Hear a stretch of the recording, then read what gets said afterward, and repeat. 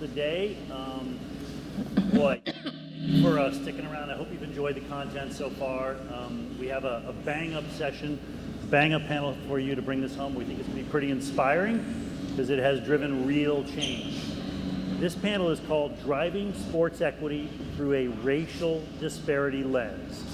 You know, the unfinished business of Title IX is that girls from low-income homes have not benefited as much as other girls. And that's because in any one school, equity means, basically speaking, a comparable participation rate to that of boys. And if that rate is low for boys, it's going to be low for girls as well. So in New York City, a lawsuit based on racial equity across schools is being used to address those gaps. A recent settlement requires the city to create 200 new sports teams by 2024 in schools that mostly serve Black and Latino students. And you've got the people who are at the center of that lawsuit driving that incredible change here to my left. We have Matthew Diaz, student and founding member of the Fair Play Coalition. We have Caroline Soussloff, who is an associate with Cleary, Gottlieb, Steen, and Hamilton LLP, and was the legal fellow at the center of the case. And we have Jenny Veloz, who's a community organizer with the New York NLP, what is it? NYLPI. NLYPI. Not to be confused with NYPD. Okay, good. Right, we were joking about that. We're going to have some Q&A at the end of the session here, so please send in your questions, and we'll see if we can get to a couple. So let me just start this out. Let's just sort of, I want to help you understand why this is relevant to Project Play as well. We had this school sports playbook, as you know, that we released a couple months ago. You have a hard copy of it. And in the call for leadership section of the playbook, we recognize the power of non-discrimination, right? We look at Title IX and say, okay, that was a game changer because it applied a gender equity lens. So we're wondering like if other filters could be used to drive equity and participation. So I want to walk folks through this game-changing settlement and how other advocates in other cities can use your result to maybe do the same wherever they live. But let's first kind of understand the basics of the lawsuit and the settlement. So Caroline, what exactly did this settlement achieve, and why is it significant? So I think the best place to start is the landscape when we filed the lawsuit 4 years ago. New York City is the most highly segregated school system in the country, and it's a very highly unequal school system as well. At the time the lawsuit was filed, 17,000 Black and Latinx students did not have access to any after-school sports whatsoever. If you were a Black or Latinx student in New York City, you were 2 times as likely as students of other races or ethnicities to not have access to any after-school sports. The higher percentage of Black or Latinx students at a school, the fewer number of sports teams they had access to. And as a final statistic to throw in there, the Public School Athletics League, which is an office within the New York City Department of Education, was spending on average 14% less per student on Black and Latinx students than students of other races. So we did a statistical analysis showing this data, and we used this data to allege that the New York City Department of Education and the Public School Athletics League were racially discriminating against Black and Latinx students in the way that they administered after-school sports. And this past year, we reached a settlement agreement that completely restructures how small, highly segregated schools in New York get access to after-school sports. And one of the main mechanisms is through the creation of the shared access programs, which pools small schools, which are predominantly Black and Latinx schools in New York City, together to share sports teams. And as Tom mentioned, by spring 2024, over 200 new sports teams will be created, targeting the most underserved students. Can we please give a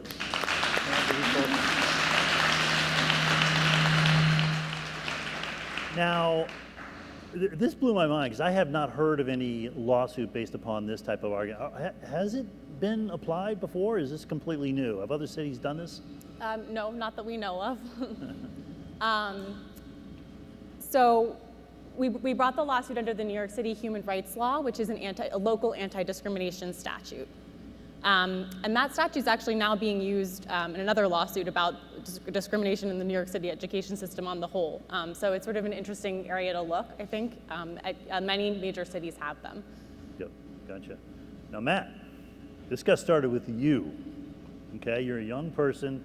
You made something really significant happen. Take us back. What was the original spark for this thing? So, being 15 years old, 14 years old in the Bronx, New York, I grew up playing a lot of basketball. Everyone can say that, right? And so my parents grew up with a different outlook, and they played a little bit of volleyball and soccer and every other sport. And so I wanted to try out volleyball. Going into my high school in the Bronx, New York, I wasn't allowed to play, right? There wasn't access. We only had varsity men's basketball and varsity women's basketball. I was like, what is this? So I talked to my athletic director, as anyone would, and asked, why don't we have volleyball? He's like, oh, so bring people together to play volleyball. I brought like 10, 15 men to come play volleyball, and he was like, all right, so you have the petition, so let's apply to it. What we noticed when we got the answer back, the DOE said, no, you do not have access to volleyball this year. And so the question was like, why did my school we have the right amount of people, why don't we get to play volleyball? And so from there, we started asking more questions, and we started asking questions to the DOE. Why am I not allowed to play this sport? And so that kind of sparked my interest in how we can do something about it. I can be a voice for other students. Yeah. So why did this may sound quite obvious, but I want to kind of unpack it a little bit, because a lot of people, might see that kind of disparity and walk away, or not exactly clarify why it's wrong. Why did this seem wrong to you? The reason why I saw it as wrong is because I saw other schools having that access. Right? I saw other schools that were predominantly another race or were mixed race, and they had 20 plus sports teams. Why is it that I have to be in a school that's predominantly Black and Latino and ask for my sport? I only had 2 sports. Other schools have 20, 30. I didn't even know what Quidditch is. Like, I didn't get to play any of these sports. So that's kind of like what I saw, is that other people had that access and we didn't. Right. And it was probably because of my race. So you talk to your athletic director, you say, okay, let's do something about this. What happened after that? What was the next step? So the next step was bringing people together to hear their stories and see if other people were feeling the same way I was. I wasn't the only one that had no access to sports. So we wanted to see if other New York City schools or kids weren't having access as well. So we started to create the coalition and started asking questions on why you are not allowed to play sports. Let's hear your stories. What do you not get to play baseball? Do you not get to play soccer? And from there, it kind of grew out. Mm-hmm. And Jenny, how did NILPI, your organization, get involved? How and why? So as Matt explained, he went to his athletic director, and his athletic director for years had been trying to get sports at his school, and he was a tremendous advocate for smaller schools getting that access for Black and Latinx high school students. So he came to NILPI for us to kind of assist him and to help him amplify the issue and to come up with ideas and tools or options on how we can fix the system. Because the system was broken. As Matt said, there are schools that have less than 10 sports, less than 5 sports, who are predominantly Black and Latinx, but there are schools where the student population were of other races who have 30 or 40 sports. And that was a huge discrepancy that we saw, and it was a huge civil rights violation. You had a whole demographic of students who weren't allowed to play after-school sports at their schools, and they shouldn't have been penalized just because of the school they went to. All New York City youth should have the same access and have the same level playing field to be able to play the sport that they want at their school. So how did you help the students organize, right? Because a lot of young people, have energy, they want to change the world, energy can run in a different there you go, yeah, absolutely, right? But how did you help them channel their energies in a productive way? We were lucky because we had Matt and we had a tremendous amount of youth activists who were passionate about this issue. We had students who went to schools that didn't have any sports, but we also had students who went to schools that had all of these sports, but saw that this was an issue. Like, they knew what their privilege was, and they didn't think it was fair that they were able to choose from 30 sports, and other students, their peers, were only able to choose 3 to 5 sports. So we were really lucky. The students and the youth were passionate. They are the driving force and were the driving force for the coalition. They organized rallies. They spoke in front of City Hall. We helped them organize a lobby day, which helped them speak to New York City Council members about the importance of sports and why sports was important to them, how it benefited and impacted them. And also around a reporting bill that was making its way through the council. And like, I always take pride in saying this, because of those conversations that New York City youth had with the New York City council members, that bill passed unanimously. Now, there was not one vote against it, and it was all due to the activism of the Fair Play youth. Mm-hmm. And Matt, what was it like to try and organize students, young people, around a sports equity effort? Did you have to even explain what sports equity meant, or what? But I mean, take us there. It's kind of hard to explain at 15 years old how legislation works, and not even know how to explain it myself. Yep. And so I did what my mentors did for me, was kind of make them feel like leaders in their own way, right? I had my story, and it allowed me to be a voice for other students to make change. And so what I did for other students as well is kind of give them a platform to speak their story and make change. And so what I said was simply, your story can make your younger brother able to play sports. Mm-hmm. And so that's simply just giving that encouragement to other students allowed them to understand what sports equity was, what lobby day is, how to pass a bill in city council, how to sue the Department of Education, and how to be a person to be okay, to be courageous, and to make change. Like, it's okay to do that at a young age. Mm-hmm. And it helped to amplify their voices. A huge part of the work that we did was making sure that the students knew that their voice mattered, that their voices counted. They were the ones being directly impacted, so their voices were the most powerful. That affected the lawyers' work as well, because in the settlement agreement, we tried to put in mechanisms that will enable students to have a voice in shaping the programming that's available to them moving forward. Like a school sports survey at the beginning of the year, where they get to decide which sports teams they want to see at their school, and feedback mechanisms and all of that. Yep. How important were early wins, right? Showing progress in terms of holding the coalition together, and in terms of, I don't know. I mean, because this is complicated, and you guys are doing something nobody had done before in the country. I think it was really important because it especially showed the youth, look what you can do. Look at the power that you have. This is because of you. Like, the adults are just kind of like the supporting actors in this, but it was really the New York City youth driving the work. I mean, like, talking about small wins, like rallies, bringing students to rallies, like, you're telling students to skip school to create a ruckus in front of city council. Like, who wouldn't do that? Like, that was just like, like, you get to like beat on drums, like, just like yell loudly, like maybe curse out like some city council members if they're not like hearing you, but like at a young age being like crazy and like skipping school and doing something that affects you so wholeheartedly is very easy for students to jump on the bandwagon, right? Yeah, that's what you call a win-win-win, right? You get to skip school and yell at the... Exactly. That's awesome.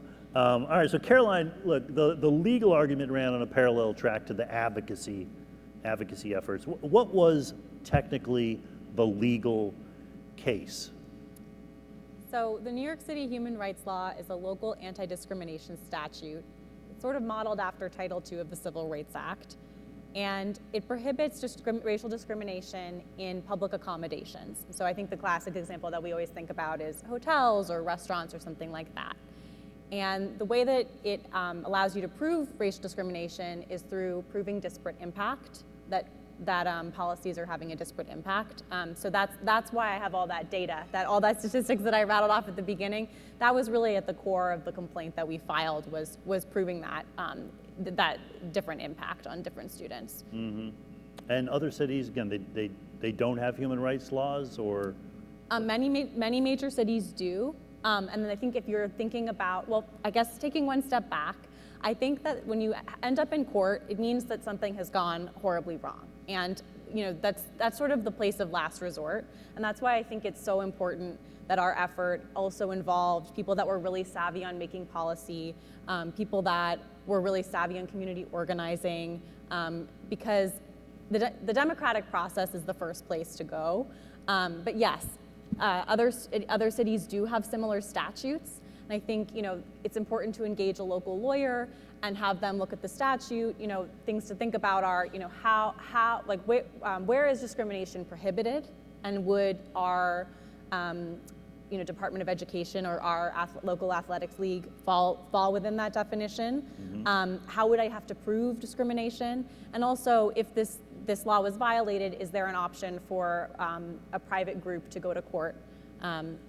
Which is what we did. We brought a class action lawsuit representing all Black and Latinx students in the New York City public high school system. Right. And by the way, if you haven't read about this lawsuit, it's because it is the settlement is brand spanking new, right? Wasn't it just finalized? Yeah. A couple weeks ago, the judge has rubber stamped the settlement. So where to from here? What happens next, Jenny? Now we get to hold the Department of Education, the Public School Athletic League accountable. The settlement pretty much says your system was broken and this is how you can fix it. And we need to make sure, I always say just because a bill was passed or a lawsuit was won or settled, that doesn't mean that the work finishes. There's still so much work to do. We need to make sure that they actually do what they say they're gonna do, legally, that they do what they say they're gonna do. And not just me, but youth, parents, teachers, we all have to make sure that they expand access, that they expand opportunity, and they do it in a good faith way. Great. Yeah, and so how do you ensure that the city and the PSL are you the ones who it's NILPI that is the enforcement mechanism? Yeah. So NILPI is class counsel, and under the terms of the settlement agreement, the city has to turn over a lot of qualitative and quantitative metrics to the class council so that they can keep an eye and ensure that they're meeting everything that they've agreed to in the settlement agreement. Yeah. And obviously, when you're working with city government, there's roadblocks all the time. But if they hit a roadblock, they're required to come to the table with class council. If they're not able to resolve it, then they're allowed to go to the judge, and the judge will enforce the settlement agreement and say, look, you're required to do X, Y, Z. You need to do that. Mm-hmm. And there's also in place where students, parents, school administrators can reach out to us if they see that the DOE or the PSAL isn't doing what they're supposed to be doing, so that we know what's going on. Gotcha. So Matt, how did the victory feel? Long as hell. Matt started this when he was in high school, and he's in college now. Yeah. I'm a junior in college. And so technically I'm not even part of the lawsuit anymore. I was in a lawsuit when I first initialized it. I understand why parents are saying stay patient, stop doing stuff on an instinct. The DOE is like that, it takes a long time to get work done. And so having this victory is, I feel like, finally, right? But at the same time, I'm like, what do we do now? What is the action? Why hasn't anything been enrolled? We need to turn things over. The DOE moves too slow. We need something done. And that's why we did the lawsuit. That's why we did rallies. That's why we did things in general, because we wanted to get action now. And so I guess for me, it's I'm very happy to be able to be a part of this movement and do this work at the same time as the clock is still ticking. So what did this tell you about students' ability to drive change? I'm so grateful to be able to be in this position right now, talking to you guys and being able to have the platform to speak and have power in legislative action in New York City. And so if I'm not a resemblance of other people, to be young people, to be in conversations like this, to create change, then I don't know what is. I would say as an advice to all the organizations here is like, look at who's being impacted by the work that you're doing, right? I can say I'm one of the only young people that has spoken today, or in this room in general. And so we're the ones that are playing the sports. So why aren't we in the conversation making the change? And so this is a W for me any day. So thank you so much for even listening to me.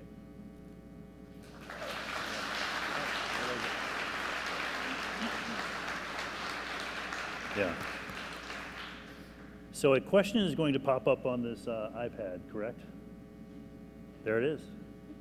All right. So if the New York City statute didn't exist, would there have been legal mechanisms through state or federal laws? Caroline?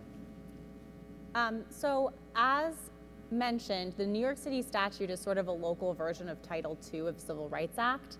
And I think I would personally argue that that's just the floor, and then locally, you know, the protections can only get better. So that's sort of the world we're operating in, is the Title II world. Gotcha.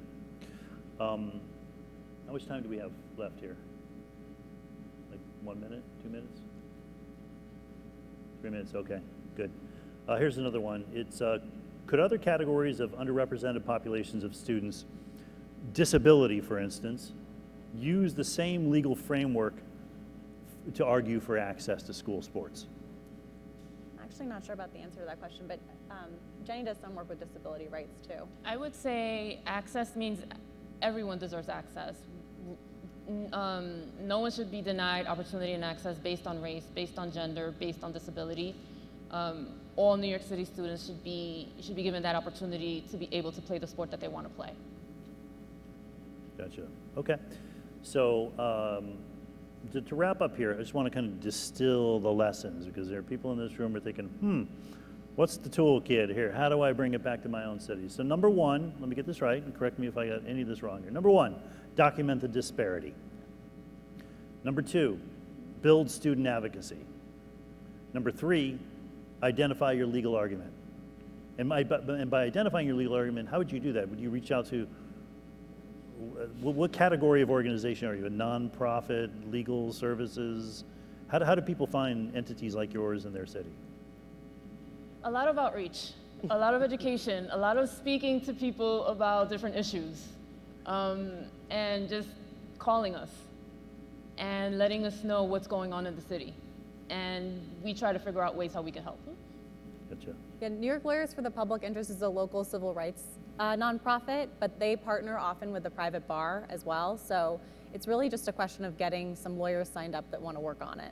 Got it. Finding your champion. Okay. And speaking of finding a champion, I would say number four, correct me if I'm wrong here again, is recruit the support of other youth-serving organizations. We didn't really totally cover that much, but you did get other, who was it, the Boys and Girls Club or the folks from the Laureus Commission, coalition? We definitely have relationships with a ton of sports nonprofits throughout New York City who they provide a really critical service, because if a student can't get the sport at their school, they can reach out to a nonprofit organization and sign up and be able to play. So they also saw the issue at hand and have been working with us around ways to, again, make sure there's opportunity and access. Like, that's all we're asking for, is opportunity and access. And some of them are here today. We should shout them out. Some of them are here today, and we are very proud to be working with, like, Kings County Tennis League, NBA. We partnered with them last year. So we've reached out and have relationships with a bunch of entities that see this as an issue, that know that this is an issue, and who want to work with us to correct the issue. It also doesn't have to be based on like sports as well. Like two main youth organizations that were part of the Fair Play Coalition was two organizations that focused on segregation in general in New York City. One, Integrate NYC, which is I'm a proud member of, and Teens Take Charge as well. And they were one of our plaintiffs as well, we should mention, yeah. As well, yeah. So like segregation is a big role in why sports are not in certain schools and in others. So it wasn't only just sports as well. Yeah. What about like your local NAACP chapter? Those folks can be useful? We definitely could have partnered with them as well. Right, awesome. Well, thank you. This has been a terrific panel.